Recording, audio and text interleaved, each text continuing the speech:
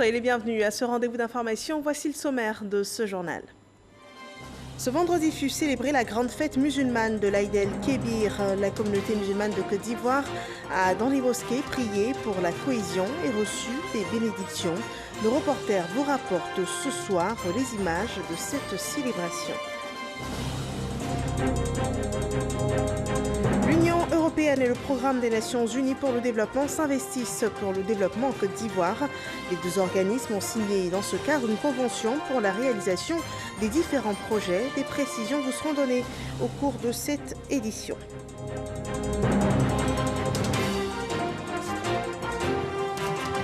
L'actualité hors de nos frontières en RDC, au moins 12 personnes ont été tuées après qu'un soldat ivre des forces armées congolaises ait ouvert le feu sur des passants. Parmi les victimes, une fillette de 2 ans. Le coupable présumé serait toujours en liberté et armé. Bienvenue dans ce 23h. Ce vendredi, jour de coutume dédié à la grande prière, la salat, la grande prière musulmane, était le jour de la célébration de l'Aïd el-Kébir, encore appelé la Tabaski. Le chef de l'État, comme tout fidèle musulman, était avec famille et proches pour prier Allah sous la direction de l'imam Cissé Djigiba. Le témoignage de Mahama Traoré. La Tabaski, bien plus qu'une fête de dégustation du mouton, elle incarne la foi et la soumission du prophète Abraham envers Dieu. La genèse de ce récit coranique a été relatée au chef de l'État par l'imam Djigiba Cissé à la suite de la grande prière officiée dans l'enceinte de la résidence présidentielle, aux côtés du président de la République, famille et proches collaborateurs. Dans le désert de la Mecque, Sayyidina Ibrahim vit en songe qu'il devait sacrifier son fils Ismaïl. Et à son réveil, il lui raconta sa vision en ces termes. « Ô mon fils, je me suis vu en songe en train de t'immoler. Vois donc ce que tu en penses. » Le fils Ismaïl, serein et calme, répondit ceci à son père. « Ô papa, fais ce qui t'est recommandé par le Seigneur du monde. Tu me trouveras, Inch'Allah, du nombre des endurants, des patients. » Au moment où il s'apprêtait à accomplir l'acte d'immoler son fils, la voix d'Allah arrêta son geste en lui disant ceci. « Ô Abraham, tu es fidèle à ton engagement, à ton songe. Rachète ton fils avec le bélier que voici. » Pour le guide religieux, l'acte de dévotion du prophète Abraham et de sa famille inspire plusieurs enseignements. Imam Djigiba Cissé insiste en particulier sur la capacité de résilience du croyant musulman face à l'épreuve. Celui qui croit en Allah d'une foi sincère, je lui donne une porte de sortie à toutes les difficultés auxquelles il est confronté. Examinons notre vie à nous-mêmes. Combien d'épreuves que nous traversons depuis des années et des années, je dirais depuis l'enfance jusqu'à cet âge. Des épreuves de diverses natures qui peuvent ébranler. Mais le Seigneur demande dit ceci, celui qui craint Allah et qui s'en remet à lui, il lui facilite le chemin d'accès au bonheur auquel il aspire. Le président de la République s'est adressé aux Ivoiriens à l'issue de la prière. Nous venons de prier pour la paix dans notre beau pays. Nous venons de prier pour que tous les habitants de Côte d'Ivoire aient la santé par ce temps de pandémie, le coronavirus qui a fauché beaucoup de nos concitoyens. Et je voudrais dire à tous mes concitoyens que l'Aïd el-Kébir est une fête et un moment de recueillement pour nous tous. Et prier le Seigneur pour que la Côte d'Ivoire continue d'avancer dans la paix. Bonne fête de Tabaski à tous nos concitoyens. En cette journée de célébration, prières et bénédictions sont fortement recommandées et exaucées. Alors l'occasion est mise à profit par le chef de l'État et ses proches pour adresser des vœux sincères et pieux à Dieu. Et des prières et bénédictions ont aussi été dites à la grande mosquée de la Riviera Golf où s'est tenue la prière officielle de cette grande fête de l'Aïd el-Kébir. Là-bas, la prêche de l'imam était axée sur les actes de paix avec les fidèles musulmans. Était également présent en cette mosquée le tout nouveau Premier ministre Ahmed Bakayoko. Suivons ce récit de Pargasso Reconnaît. Grande mosquée de la Riviera Golf dans la commune de Cocody. Imam, guides religieux, autorités et fidèles musulmans ont effectué nombreux les déplacements en vue de prendre part à la prière de la fête de l'Aïd el-Kébir, la fête du sacrifice du mouton ou encore la fête de la Tabaski. Prière célébrée le 12e mois du calendrier hégirien, qui est également le point culminant du pèlerinage à la Mecque, 5e pilier de l'islam. L'imam principal de la mosquée de la Riviera Golf, Traoré Mamadou, a, dans son sermon, mis l'accent sur l'importance du sacrifice d'Abraham avant d'exhorter la communauté musulmane au respect des mesures barrières pour lutter contre la maladie à coronavirus. Il n'a pas manqué d'inviter les fidèles et l'ensemble de la classe politique à la paix et à la cohésion. Il nous est donné de constater ces derniers temps la tenue de propos et de discours enflammés, faisant craindre une période pré- et post-électorale tendue et électrique. Nous devons tirer les leçons du passé pour mieux appréhender et construire le présent et le futur. J'interpelle donc tous les acteurs politiques et les exhorte de façon solennelle, avec insistance, à privilégier l'intérêt supérieur de la nation et à bannir par conséquent de leurs propos et de leurs actes tout ce qui incite à la haine, à la violence et à la division. Le message de l'imam appuyé par le tout nouveau Premier ministre représentant le président de la République Alassane Ouattara, Ahmed Bakayoko, a invité les guides religieux à multiplier prières et adorations pour le chef de l'État et pour des élections apaisées en Côte d'Ivoire. J'ai l'occasion d'avoir ma première prise de parole en tant que Premier ministre, car comme vous savez, j'ai été nommé hier. Je rends grâce à Dieu, j'exprime ma gratitude au président de la République. Et je voudrais dire que ce n'est pas une confiance qui m'est faite qu'à moi, c'est une confiance qui est faite à tous les jeunes de ma génération, pour que nous puissions montrer au pays et à la face du monde que nous avons la capacité de relever les grands défis qui nous attendent. Ces défis, c'est d'abord continuer à bien gérer notre réponse face à la pandémie à Covid-19. C'est nous rassembler, réussir à nous parler, faire en sorte que nous puissions avoir des élections dans la paix. Parce que si nous réussissons, nous aurons mérité de nous aider et nous aurons travaillé pour nos descendants. La prière a été suivie par l'immolation du bélier faite par l'imam Traoré Mamadou. La Tabaski en Côte d'Ivoire s'exprime par un grand mouvement de partage et de solidarité, cela à tous les niveaux de la société. Nos reporters ont sillonné la ville pour prendre le pouls de cette célébration, suivant ces images de Franck Quadio. À Djamé, c'est jour de l'Aïd el-Kébir, la grande fête, une injonction divine. On presse alors le pas, c'est l'heure de la prière.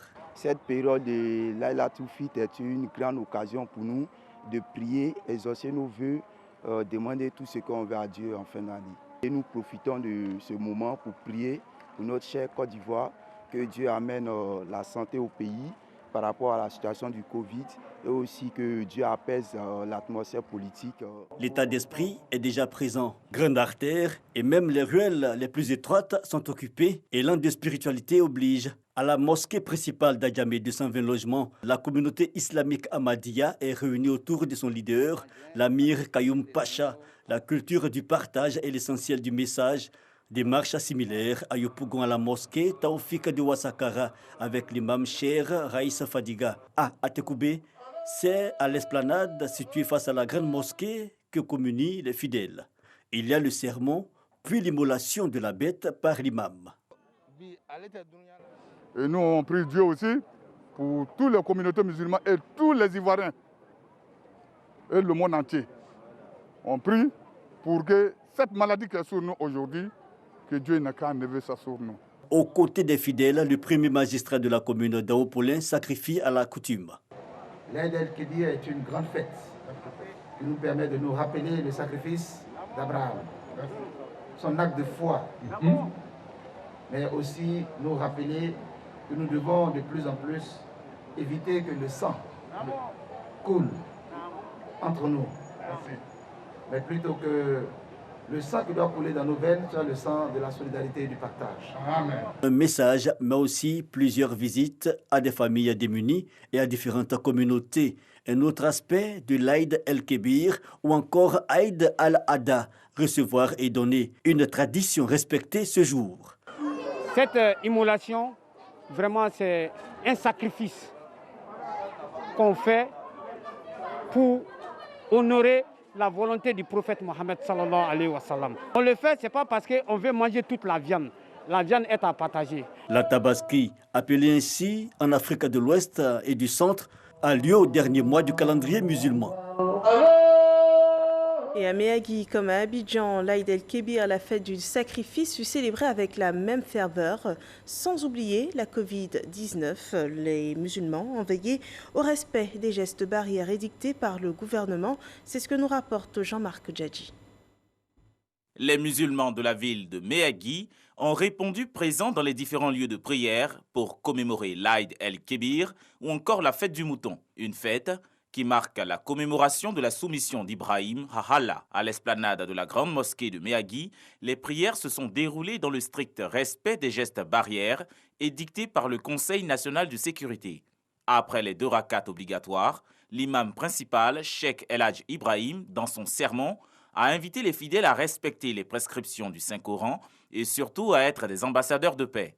Le préfet de la ville, Jacques Atri Kouakou, venu apporter son soutien à la communauté musulmane, a saisi l'occasion pour exhorter les fidèles à mettre en pratique les consignes sanitaires pour faire barrage au Covid-19. L'imam Cheikh El Hadj Ibrahim a par la suite dit des prières, des bénédictions en faveur du président de la République, Alassane Ouattara, au nouveau Premier ministre, Ahmed Bakayoko, et son gouvernement et les populations ivoiriennes. Le guide religieux et les fidèles n'ont pas manqué de formuler des prières pour l'ex-Premier ministre, Amadou Gon Coulibaly, pour le repos de son âme. Revenons à Abidjan, cette Tabaski fut un bon moment passé en famille et entre amis, une ambiance que nous rapporte Patricia Omouitia. La Tabaski, la grande réunion des familles autour du mouton. En cette fin de journée de la Tabaski, les rues d'Adjamé sont pleines de monde. Ici, chez les Diallo, l'odeur du mouton grillé nous accueille. On a fini de préparer le riz, on a fini de manger riz. Mais c'est maintenant on est en train de griller viande pour les soirs. On fait thé dehors. Vous avez vu, il y a un peu de musique, on a dansé un peu. Tout au long de la journée, les femmes ont cuisiné. Comme à Adjamé, ici à Cocody, le partage se fait dans un esprit convivial. Vous avez des bétés, des baoulés, des doulas, il y a des chrétiens. C'est le sens que nous voulons donner à cette fête-là, le sens des partages. La viande doit être partagée en 3 parties. Une partie pour la famille, une autre pour les voisins et une autre qui va pour les nécessiteux. Et c'est ce que nous avons fait pour obéir à la tradition islamique. Fêtée 2 mois et 10 jours après le Ramadan, la Tabaski est célébrée chaque année par tous les fidèles musulmans. L'esprit est à la fête, mais l'on n'oublie pas cette crise sanitaire qui nous accable et endeuille les familles. Voyons l'évolution de la pandémie de coronavirus en Côte d'Ivoire.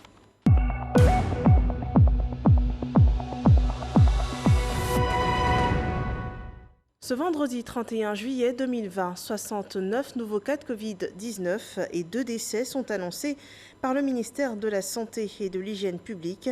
La Côte d'Ivoire compte à ce jour 16 047 cas confirmés de coronavirus et 4 517 cas actifs.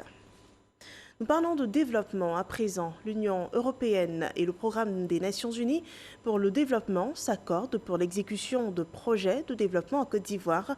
Une convention a été signée entre les 2 institutions hier en présence de la ministre du Plan et du Développement, Kabagnalé. C'était au plateau, suivant ses explications de Francis Boifo. La convention signée entre l'Union européenne, UE, Et le programme des Nations Unies pour le développement PNUD permettra la mise en œuvre du programme cadre d'appui au pilotage stratégique du développement et des ODD. Il vise entre autres objectifs consolider le mécanisme de coordination de l'aide et de concertation sur le financement efficace du développement et enfin renforcer les capacités du système intégré pour le suivi et évaluation des ODD, y compris les statistiques. Outre l'appui technique, la contribution financière de l'UE à l'atteinte de ces objectifs se chiffre à 328 millions de francs CFA. L'accompagner avec les études, l'accompagner avec des éléments permettant d'alimenter le dialogue entre les politiques sectorielles qui doivent être suivies, évaluées et mesurées afin de prendre les bonnes directions, les bons choix. La ministre du Plan et du Développement traduit la gratitude du gouvernement aux partenaires techniques et financiers de la Côte d'Ivoire dans le processus de formulation en cours du nouveau Plan national de développement PND 2021-2025. Le suivi de ces plans, la mise en œuvre, la réorientation en cours de route, la mesure de ces résultats, tout ça est un travail qui est assez important, mais qui se fait avec les départements sectoriels, mais qui se fait aussi avec les partenaires au développement. La mise en œuvre du programme cadre d'appui au pilotage stratégique du développement et des ODD, objet de cette rencontre, va coûter environ 1 000 milliards de francs CFA. Les liens d'amitié entre la Côte d'Ivoire et le Canada ont été exprimés au cours d'un dîner en l'honneur de l'ambassadeur du Canada en Côte d'Ivoire. La diplomate en fin de mission a reçu la reconnaissance des autorités ivoiriennes pour son action personnelle au service des relations entre les deux pays. Suivant le compte-rendu de Sidonie Davila. Au nom du président de la République et en vertu des pouvoirs qui nous sont conférés, nous vous faisons honneur de l'ordre national de Côte d'Ivoire. Fin de mandat de l'ambassadeur du Canada en Côte d'Ivoire. C'est le 29 septembre 2017 que Julie Schuldeis a présenté ses lettres de créance au président de la République, Alassane Ouattara. Un séjour marqué par son engagement et sa disponibilité dans l'accomplissement de sa tâche qui ont permis de contribuer à la consolidation des relations entre la Côte d'Ivoire et le Canada. Au terme d'une mission qui aura duré 3 ans, les valeurs et les mérites de la diplomate canadienne sont reconnus et salués par le ministre des Affaires étrangères, Ali Koulibaly. En organisant ce dîner en votre honneur, j'avais le souci non seulement de dire au revoir à la grande amie de la Côte d'Ivoire que vous êtes, mais aussi affirmer solennellement que votre mission a été accomplie avec succès, à la grande satisfaction du chef de l'État, du gouvernement et du peuple ivoirien tout entier. Durant ces 3 ans, l'ambassade du Canada a vu une croissance importante, avec une augmentation de presque 30% de son personnel. Nous avons également augmenté notre financement en soutien aux objectifs de développement durable, particulièrement dans les secteurs d'éducation, de santé et d'égalité des genres. La Côte d'Ivoire et le Canada ont établi leur coopération le 26 septembre 1962. Depuis cette date, les deux États entretiennent des relations qu'ils qualifient d'harmonieuses. Ils nourrissent donc l'ambition de les raffermir davantage. En témoigne le volume des échanges commerciaux entre le Canada et la Côte d'Ivoire qui a connu une hausse de 22 milliards de francs CFA ces dernières années. Dès demain, 1er août 2020, s'ouvre la Semaine nationale de la propreté. Cette année, elle engage le citoyen à s'investir pour la santé et le bien-être. Cette semaine, dite de la propreté, prendra fin le 6 août prochain. Des précisions sur le déroulé sont données par Grace Kando.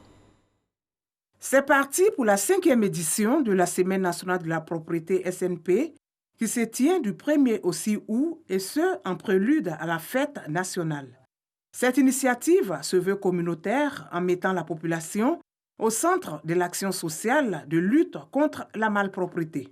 La propreté et la qualité du cadre de vie font partie des principaux déterminants du bien-être des populations et de leur productivité. Elles sont également des facteurs importants d'amélioration de l'esthétique du paysage de nos cités et de l'image de notre pays. Malheureusement, et malgré les efforts du gouvernement, la problématique de la malpropreté et de la dégradation de la qualité du cadre de vie demeure principalement due à l'incivisme des populations. La propreté, un engagement citoyen pour la santé et le bien-être, thème retenu pour cette semaine nationale. Elle sera meublée par plusieurs activités. L'opération Grand Ménage, qui n'est plus à présenter, aura lieu le samedi 1er août 2020 sur toute l'étendue du territoire national. À travers cette opération, il s'agira de susciter auprès des populations des actions citoyennes concrètes.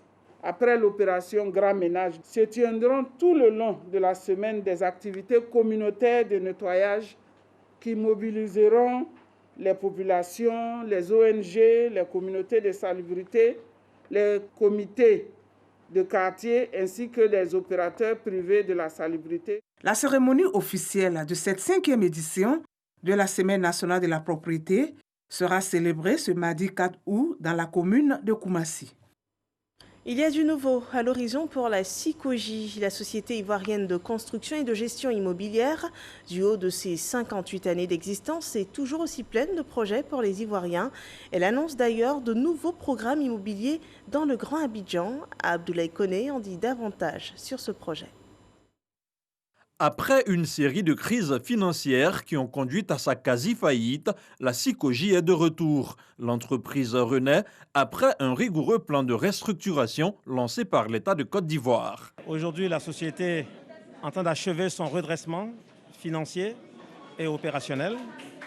Elle a signé des partenariats importants avec des entités, n'est-ce pas, de bonne renommée. Elle a bénéficié du soutien de son actionnaire principal, l'État. Nous avons, fait notre travail d'assainissement interne. Donc, toutes les conditions sont réunies aujourd'hui pour que la SICOGI joue le rôle qu'elle n'aurait jamais dû arrêter de jouer. La mission de sauvetage de ce fleuron du logement économique et social a réussi. L'entreprise revient sur le marché avec de nouveaux projets tels que Concorde 3 et 4 à PK18 et Azito 2 à Yopougon. La SICOGI s'est redressée, nous avons des opérations qui ont redémarré. Les clients, malgré tout, ont gardé leur confiance en la SICOGI. Aujourd'hui, vous allez voir que nos programmes à venir, qu'on appelle les programmes Ville Nouvelle, répondent vraiment... sont faits selon un concept nouveau. Nous en avons l'expérience, nous en avons l'expertise. Détenue à 84% par l'État de Côte d'Ivoire, la SICOGI entend jouer son rôle de pionnier dans le secteur avec de novateurs projets immobiliers à Bassam, Bouaké, Yamoussoukro et San Pedro. 35 personnalités reçoivent le prix africain de développement. Cette deuxième édition a vu récompenser également 3 agents du groupe RTI, dont le directeur général Fosseni Dambélé, suivant le compte-rendu de Patricia Omouitia. 35 lauréats issus de 8 pays. Des distinctions qui visent à promouvoir les actions de développement des acteurs africains. Plusieurs prix attribués. Au sein de la RTI, 3 prix ont été décernés. Prix du meilleur agent pour la promotion et le développement des médias attribué au directeur général de la RTI, Fosseni Dambélé. Prix du meilleur reportage télé attribué à Kader Sogodogo et le prix du meilleur présentateur télé attribué à Kolo Koulibaly selon le prix africain de développement. Quand on reçoit ce genre d'interpellation, c'est de continuer à travailler davantage et de mériter cette confiance, la confiance des téléspectateurs. Alors nous, quand on fait, évidemment, on sort la liste donc, des nominés, on le remet donc à nos experts, ceux qui font le sondage, et c'est à l'issue de ça, sur l'indice de notation qui est de 100, c'est à l'issue de ça évidemment, qu'on nous donne la liste définitive des lauréats. Les lauréats sont donc informés par voie de courrier. Pour cette deuxième édition du prix africain de développement, le thème retenu est « Développement et arrêt de l'immigration clandestine ». C'est le travail de tous mes collaborateurs. Tous mes collaborateurs qui ont été admirables d'assiduité et d'abnégation par rapport au travail qui se fait au quotidien. Le secret, c'est un système de management très simple. Considérer tout le monde sur le même pied d'égalité et tirer le maximum de ce dont chacun est capable. À tous les jeunes de l'Afrique de travailler et de prouver votre volonté, car c'est le travail qui paye.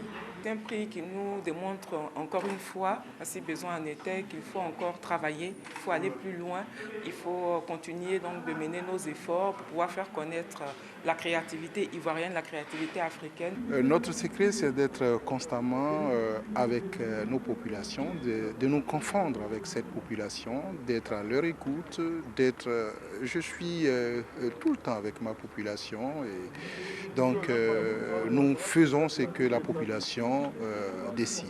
L'année précédente, 39 prix ont été décernés aux lauréats. Pour l'édition 2020, environ 50 prix ont été attribués aux acteurs ayant entrepris des actions de développement sur le continent africain.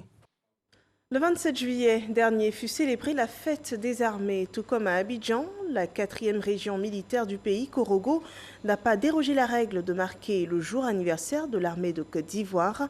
Les forces de l'armée ont été à cette occasion invitées à une meilleure sécurisation du pays et à la collaboration avec les populations. Ami Sissoko. Prise d'armes et honneur militaire au drapeau. Minute de silence en hommage au Premier ministre Amadou Gon Coulibaly et aux soldats tombés au champ d'honneur. Sont là quelques temps forts de la célébration de la 2e édition de la fête des armées à Korogo. Cette fête vise à célébrer les mérites des forces de défense et de sécurité et leur rappeler les vertus qui doivent les guider, notamment la discipline, le don de soi et l'amour de la nation afin que les populations soient fières de leurs armées. Cette conquête ne saurait se faire sans que les forces armées n'assument pleinement leur rôle dans la consolidation de la cohésion sociale, de la paix et du développement de la nation. La situation sécuritaire du pays, la pandémie de la maladie à Covid-19 et la présidentielle d'octobre prochain ont constitué les principaux axes de l'intervention du colonel-major Mohamed Bachir Cissé, commandant la 4e région militaire. L'action des armées sera plus que déterminante, dans ce sens où elle consistera d'une part à maintenir l'équilibre social, à œuvrer davantage au renforcement du lien armée-nation et d'autre part à mobiliser nos troupes pour la sécurisation de cette échéance électorale. La fête des armées, une initiative saluée par les populations face au contexte sécuritaire lié au terrorisme et au djihadisme. Ce que je peux dire à nos parents, c'est d'abord d'écouter les forces de l'ordre. Tout ce qu'on leur dit comme sensibilisation, c'est-à-dire lorsqu'on leur dit tous les étrangers suspects que vous ne connaissez pas bien, il faut les signaler soit à la police, soit à la gendarmerie, soit aux militaires, parce que c'est seules les informations qui peuvent nous permettre de lutter contre ce phénomène. Ce sont des journées qui permettent d'ouvrir un peu plus l'armée, de faire davantage connaître ce qu'on appelle communément la grande muette, et à partir de ce moment de renforcer le lien armée-nation. Le colonel-major Mohamed Bachir Cissé a appelé au patriotisme et à la nécessaire collaboration entre les populations et les forces de défense et de sécurité. À présent, l'actualité hors de nos frontières. En République démocratique du Congo, un militaire ivre a ouvert le feu sur des passants, tuant au moins 12 personnes, dont une fillette de 2 ans. Cela s'est passé la nuit dernière dans la région d'Ouvira, au sud Kivu, à l'est du pays. Le bilan provisoire est de 12 personnes tuées et 9 blessés qui seraient dans un état critique. L'auteur de cet acte serait en fuite avec son arme. À 16 h, une délégation de l'armée et de la mission de l'ONU est sur place pour calmer la population qui manifeste contre l'armée. À Hong Kong, ce vendredi a été annoncé le report des législatives pour cause de coronavirus, alors que les anti-Pékin espéraient remporter le scrutin et obtenir pour la première fois la majorité au Conseil législatif. Il est reporté d'1 an, cette décision qui provoque la colère de l'opposition pro-démocratie qui avait enjoint Carrie Lam de ne pas instrumentaliser la pandémie pour se protéger d'une déroute dans les urnes. Et nous terminons ainsi cette édition d'information. Retrouvez dès 6h30 demain un autre point sur l'actualité. Une très belle fête encore à tous les musulmans. Très belle fête de l'Aïd el-Kébir. Passez une excellente fin de soirée chez vous.